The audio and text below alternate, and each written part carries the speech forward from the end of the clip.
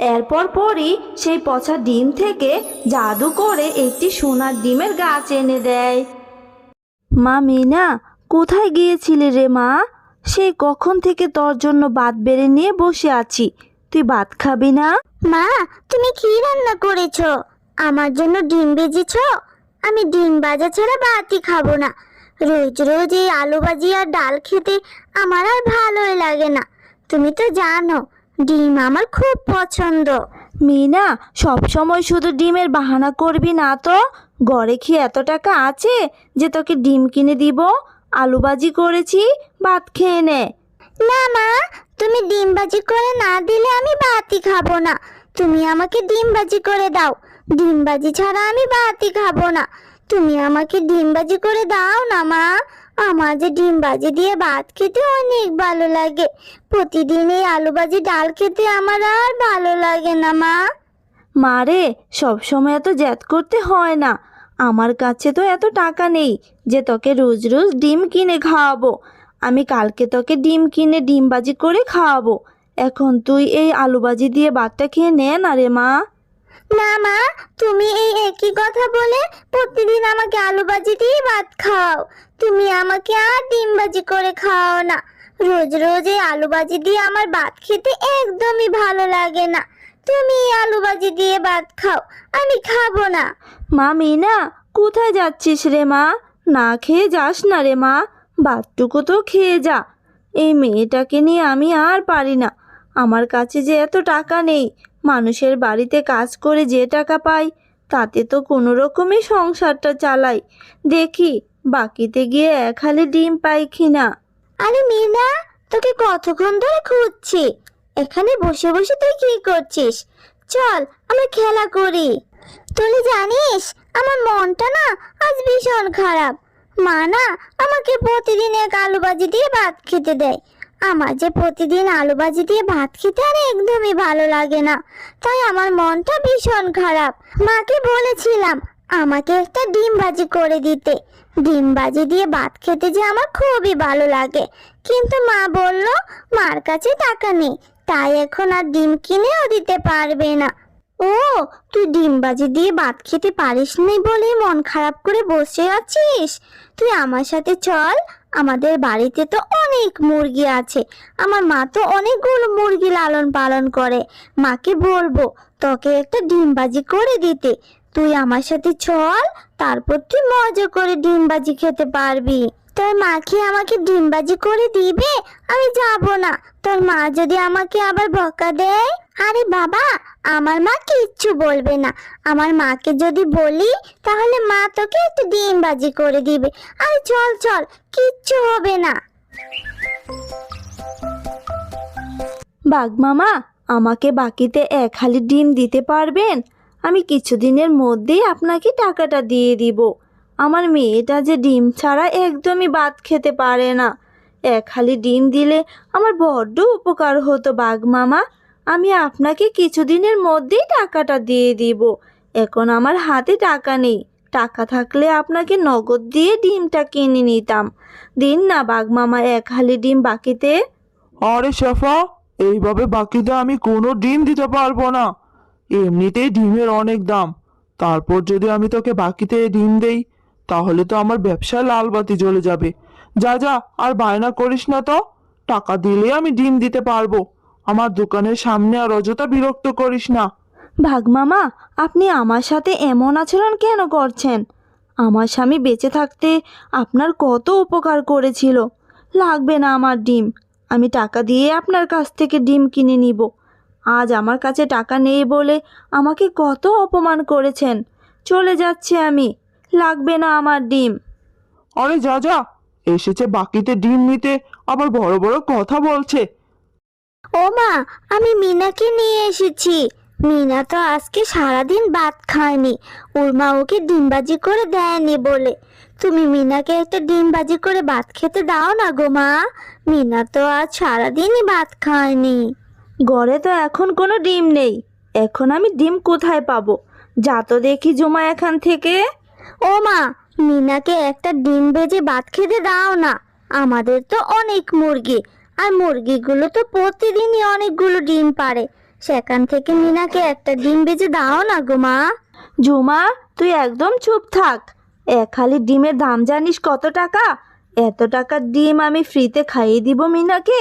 কেন রে বাপু, আমার কি ঠেকা পড়েছে নাকি? এই মিনা, বাড়ি চলে যা। থাক কাকিমা, আমার ডিম লাগবে না। আমি ডিম ছাড়াই বাড়ি গিয়ে ভাত খেয়ে নিব। আমি তো জুমার কাছে ডিম খেতে চাইনি, জুমাই আমাকে জোর করে নিয়ে এসেছে, বলেছে ওদের বাড়িতে অনেক ডিম আছে। হয়েছে হয়েছে, বুঝেছি আমি। ওই যে দেখ তো, আমার উঠোনটা কত ময়লা হয়েছে। তুই আমার উঠোনটা একটু ঝাড়ু দিয়ে দে তো, তাহলে আমি তোকে একটা ডিম দিব। মাজা ব্যথার কারণে কয়দিন ধরে উঠোনটাও ঝাড়ু দিতে পারছি না। যা যা, তুই আমার উঠোনটা একটু পরিষ্কার করে দে, তারপর তোকে একটা ডিম দিব নে। তারপর মিনা বাঘিনীর কথা মতো উঠানটা পরিষ্কার করে দেয়। তারপর বাঘিনী মিনাকে একটা পচা ডিম দিয়ে দেয়, আর মিনা সেই ডিমটা নিয়েই বাড়ি চলে আসে। এইদিকে মিনার মা মিনার জন্য অপেক্ষা করে বসে থাকে। মিনা, তোকে সে কত জায়গায় খুঁজেছি, কোথাও খুঁজে পাইনি। কোথায় গিয়েছিলি রে মা? আমার তো তোর জন্য বড্ড চিন্তা হচ্ছিল। তোর জন্য সেই কখন থেকে ভাত নিয়ে বসে আছি, আর তুই সেই না খেয়ে বের হয়েছিস। এখন সন্ধ্যা হতে চললো, এখন বাড়ি ফেরার সময় হয়েছে, আর এটা তুই খেয়ে নিয়ে এসেছিস। কেমন জানি একটা বাজে গন্ধ বের হচ্ছে। ও মা, বাজে গন্ধ বের হবে কেন? এটা তো একটা ডিম। এই ডিমটা আমি ভাগিনী কাকিমার কাছ থেকে নিয়ে এসেছি। ভাগিনী কাকিমার বাড়িতে আমি একটু কাজ করে দিয়েছিলাম, তাই ভাগিনী কাকিমা আমাকে এই ডিমটা দিয়েছে। তুমি এই ডিমটা আমাকে বাজি করে দাও না মা, আমি এখন ডিম বাজি দিয়ে ভাত খাবো।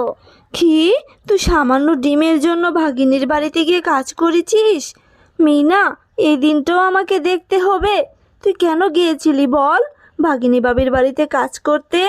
হ্যাঁ, আর তোকে এই পচা ডিমটা ধরিয়ে বিদায় করে দিল, আর তুই সেই পচা ডিমটা নিয়েই চলে এলি? এমন দিনটাও আমাকে দেখতে হলো? হায় সৃষ্টিকর্তা, তুই এক্ষুনি গিয়ে এই পচা ডিমটা ফেলে দিয়ে আয়। যা, রান্নাঘরে গিয়ে দেখ খাবার রাখা আছে, খেয়ে নে।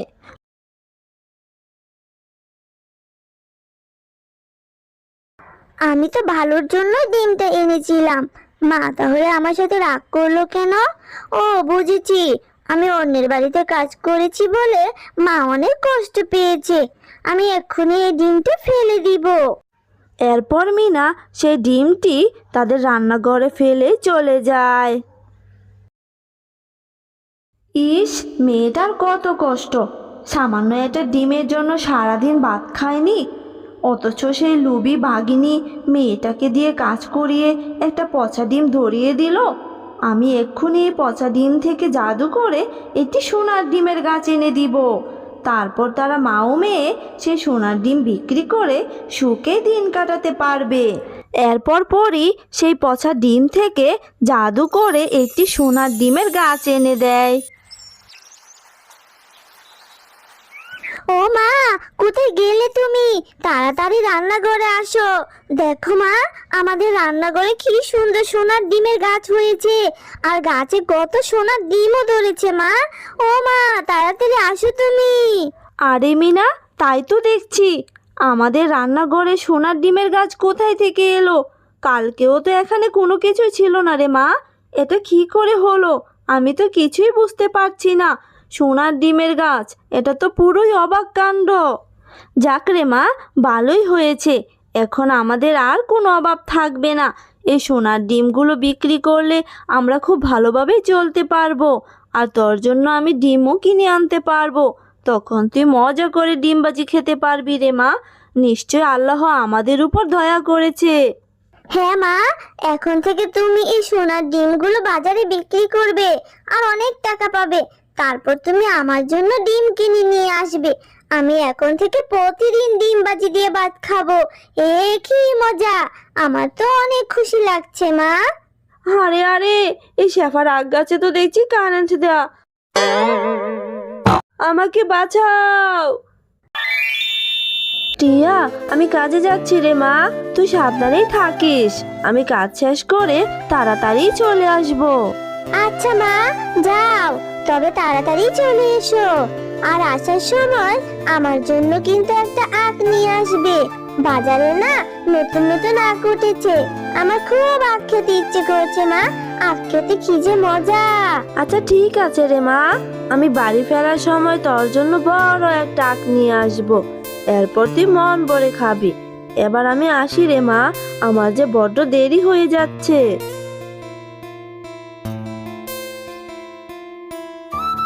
কি রে শেফা, রোজ রোজ এইভাবে দেরি করে আসলে কি হবে? তুই প্রতিদিনই দেরি করে আসিস কেন? আজকেও তো দেরি করে আসলি। তোকে আর আমার বাড়িতে কাজ করতে হবে না, যা তুই, আমি নতুন কাজের লোক রেখে নিব। ম্যাডাম, আপনি আমাকে এভাবে কেন বলছেন? আমি কোথায় দেরি করে আসছি? আমি তো সময় মতোই এসেছি।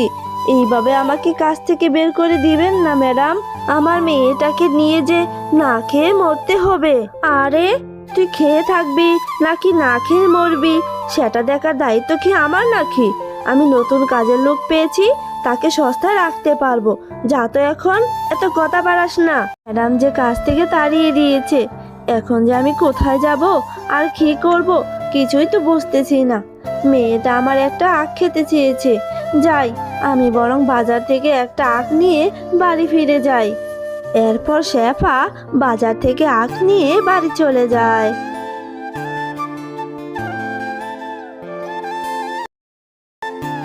মা, তুমি আখ নিয়ে এসেছো? কত বড় আখ! দাও মা, আমি আখটা খাবো।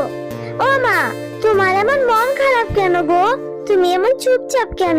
কি হয়েছে মা তোমার? না রে মা, কোথায় আমার মন খারাপ? মা রে, কি করব বল? আমাকে যে ম্যাডাম কাজ থেকে বের করে দিয়েছে। উনি নাকি নতুন কাজের লোক পেয়েছে কম টাকায়। এখন আমি কোথায় কাজ করব রে মা? আর কাজ না করলে যে আমাদের না খেয়ে মরতে হবে। এখন আমি কি করব বল? মা, তুমি চিন্তা করো না তো, আমার মাথায় না একটা বুদ্ধি এসেছে। তুমি যে আখটা এনেছো, চলো সেটা কেটে কেটে আমাদের বাড়ির পাশে যে জমি আছে না, সেখানে রোপণ করি। তারপর দেখবে সেই আখগুলো অনেক বড় হবে। তারপর থেকে তুমি সেই আখগুলো বাজারে বিক্রি করতে পারবে। হ্যাঁ রে মা, তোর মাথায় তো দেখছি অনেক বুদ্ধি। ভালো একটা কাজের কথাই বলেছিস। আচ্ছা ঠিক আছে, চল এই আখগুলো আমাদের বাড়ির পেছনের জমিতে রোপণ করে দেই। আচ্ছা মা, চলো এক্ষুনি আখগুলো ছোট ছোট করে কেটে রোপণ করে আসি। এরপর টিয়া ও শেফা শিয়ালিনী তাদের বাড়ির পাশের জমিতে আখগুলো রোপণ করে দেয়। মা দেখো, বাইরে অনেক বৃষ্টি হচ্ছে। আমাদেরকে কালকে আর কষ্ট করে আখের গাছে পানি দিতে হবে না, তাই না মা? বৃষ্টির পানি পেয়ে আমাদের আখগুলো অনেক সুন্দর করে বড় হয়ে উঠবে। হ্যাঁ রে মা, এইভাবে বৃষ্টি হলে আমাদের জমির আখগুলো তাড়াতাড়ি বড় হয়ে যাবে, আর বাজারে ভালো দামে বিক্রিও করা যাবে। আর আমিও রোজ রোজ অনেক আখ খেতে পারবো। আমাকে আর আখ কিনে খেতে হবে না, তাই না মা? আরে আমার পাগলি মেয়ে, তুই তো খাবি। আগে তো আখটা বড় হয়ে নেক, তারপর এনে খাবি। রাত তো অনেক হয়েছে রে মা, চল এবার ঘুমিয়ে পড়ি। দেখেছো মা, আমাদের আখগুলো কত বড় হয়েছে। মা, এখন কি তুমি এই আখগুলো কেটে বাজারে নিয়ে যাবে? হ্যাঁ রে মা, এখন আখগুলো কেটে বাজারে নিয়ে বিক্রি করা যাবে। কিন্তু আমি তো অন্য কিছু ভাবছি রে মা। এত কি ভাবছো মা? তুমি আমাকে বলো, আমি দেখি তোমাকে সাহায্য করতে পারি কিনা। ওরে আমার লক্ষ্মী মেয়ে, তুই যে কবে থেকে এত বড় হয়ে গেলি? মা রে, আমি ভাবছি বাজারে তো ভাগ মামা আখ বিক্রি করে, তাহলে সবাই কি আমার কাছ থেকে আখ কিনবে? সবাই তো বাঘ মামার কাছ থেকে আখ কিনে নিবে রে মা। আরে মা, বাঘ মামা তো আস্ত আখ বিক্রি করে। তুমি না হয় আস্ত আখ বিক্রি না করে আখের জুস করে বিক্রি করবে। তাহলে দেখবে সবাই সহজে আখ খাওয়ার জন্য আস্ত আখ রেখে তোমার কাছ থেকে আখের জুস কিনেই খাবে। সত্যি রে মা, তোর মাথায় বুদ্ধি আছে বলতে হবে। তোর বুদ্ধিটা কিন্তু আমার খুব পছন্দ হয়েছে। আচ্ছা ঠিক আছে, চল এবার মা ও মেয়ে মিলে আখ কেটে বাজারে নিয়ে যাই। এরপর শেফা শিয়ালিনী আখ কেটে বাজারে নিয়ে যায়। আসুন আসুন দাদারা দিদিরা, মিষ্টি আখের রস আছে, মিষ্টি আখের জুস, খেতে ভারী সুস্বাদু, একবার খেলে বারবার খেতে মন চাইবে। আসুন আসুন দাদারা দিদিরা। আরে, এই ছোট লোক শেফা শিয়ালিনী আবার আখের ব্যবসা শুরু করেছে নাকি? এই শেফা এত আখ কোথায় থেকে পেলো? এই শেফাকে তো কোনোভাবে আখের ব্যবসা করতে দেওয়া যাবে না। এর একটা ব্যবস্থা করতেই হবে আমাকে। এইভাবে সেই দিন শেফার আখের জুস অনেক বিক্রি হতে থাকে, আর বাঘমামার কোনো আখই বিক্রি হয় না। আর সেটা দেখে বাঘমামা তো রেগে মেগে পুরো লাল হয়ে যায়। আরে শেফা ভাবি, আপনার আখের জুস খেতে সত্যি অনেক সুস্বাদু। চুমুকেই মন প্রাণ একেবারে জুড়িয়ে যায়। এরপর থেকে আপনার দোকান থেকে আখের জুস খেতে আসবো। হ্যাঁ গো, আজকে তোমার কি হয়েছে? বাজার থেকে এসে দেখছি কেমন মন খারাপ করে আছো। আজকে কি তোমার বেচাকেনা ভালো হয়নি নাকি? বাজার সদাই আনতে বলেছিলাম, সেটাও আনোনি। না গো গিন্নি, কি করে বলবো তোমাকে? আমার তো কোনো বেচা কেনাই নেই। ওই ছোট লোক শেফা বাজারে আখের জুস বিক্রি করছে। সবাই ওর কাছ থেকে আখের জুস কিনে নিয়ে খাচ্ছে। কেউ আমার কাছ থেকে আখ কিনে নিচ্ছে না গো গিন্নি। ও, এই ব্যাপার। তুমি একদম চিন্তা করো না গো। আজকে এই ছোট লোক শেফার আখের জমিতে গিয়ে সব আখ কেটে নিয়ে আসবো। এরপর দেখবো কোথায় থেকে আখ বিক্রি করে এই ছোট লোক শেফা। এরপর রাতের বেলা বাঘ ও বাঘিনী গিয়ে শেফার জমি থেকে সবগুলো আখ কেটে নিয়ে আসে। ও মা, আমাদের জমির আখগুলো কে কেটে নিয়ে গেছে? আমাদের জমিতে দেখছি কোনো আখই নেই। এখন তুমি কি বিক্রি করবে মা? হ্যাঁ রে টিয়া, তাই তো দেখছি। কে আমাদের আখগুলো চুরি করে নিয়ে গেল? এখন আমি কি করব? আমি কি করে সংসারটা চালাবো রে মা? কে আমার এত বড় সর্বনাশ করলো? মা, যা হওয়ার তা তো হয়েই গেছে। চলো মা, এখান থেকে আখ নিয়ে আমাদের ঘরের চালে রোপণ করে দেই, যাতে করে পরে কোনো চোর আর আমাদের আখগুলো চুরি করতে না পারে। এরপর টিয়া আখগুলো কেটে নিয়ে এসে ঘরের চালে রোপণ করে দেয়। মা দেখো, আমার রোপণ করা আখগুলো আবারও কত সুন্দর আর বড় বড় হয়েছে। এখন এই আখগুলো তুমি বাজারে বিক্রি করতে পারবে মা। হ্যাঁ রে মা, সেটা তো বুঝলাম, কিন্তু আবারও যদি চোরে আখগুলো চুরি করে নেয়, তখন আবার কি করব? না মা, চোর তো আর চুরি করতে পারবে না, কারণ চোর তো রাতেই চুরি করতে আসবে। আর আমাদের ঘরের চালে রাতে কারেন্ট দিয়ে রাখবো, তাহলে চোর আর চুরি করতেই পারবে না। এরপর শেফা শিয়ালিনী আবারও আখের জুস বিক্রি করতে থাকে, আর এটা দেখে বাঘ অনেক রেগে যায়। আরে, এই শেফা শিয়ালিনীর জন্য তো দেখছি ব্যবসাই করতে পারবো না। আবারও কোথায় থেকে আখ নিয়ে আসলো? এটার একটা ব্যবস্থা তো করতেই হবে। আরে গিন্নি, এই শেফা তো দেখছি আবারও বাজারে আখের জুস বিক্রি করছে। ওর জন্য তো আমার বেচাকেনা একেবারে বন্ধ হয়ে গেছে। এবার একটা ব্যবস্থা করতেই হবে। এবার যা করার আমিই করছি, তোমাকে দিয়ে তো কিছুই হবে না। এবার আমি নিজে গিয়ে শেফা সব আখ নষ্ট করে ফেলবো। এক্ষুনি চলো তো আমার সাথে। আরে আরে, এই শেফার আখ গাছে তো দেখছি কারেন্ট দেয়া। আমাকে বাঁচাও।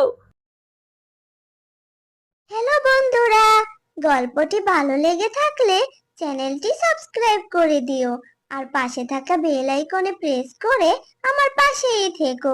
ধন্যবাদ সবাইকে।